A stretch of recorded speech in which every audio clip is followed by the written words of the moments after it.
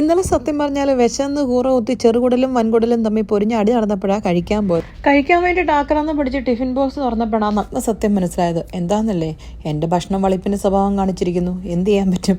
പിന്നെ നേരെ കാഫറ്റീരിയയിലോട്ട് ഓടി. 3 മണിയായപ്പോൾ ചെല്ലുമ്പോൾ അവിടെ എന്നാ കിട്ടാൻ വേണ്ടിയിട്ടാണ്. പിന്നെ ഉള്ളതൊക്കെ വാങ്ങിച്ചുകൊണ്ട് പോന്നു.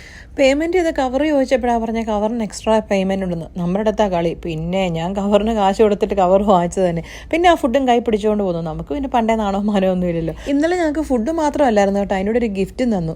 ആ ഗിഫ്റ്റ് പൊട്ടിക്കൽ സെറമണിയാണ് ഇപ്പം നടന്നുകൊണ്ടിരിക്കുന്നത്. ഓപ്പണിംഗ് സെറമണി എന്ന് വേണേൽ വിളിക്കാം. പിന്നെ ഈ ഓപ്പണിംഗ് സെറമണിക്ക് ഒരു പ്രത്യേകതയുണ്ട്.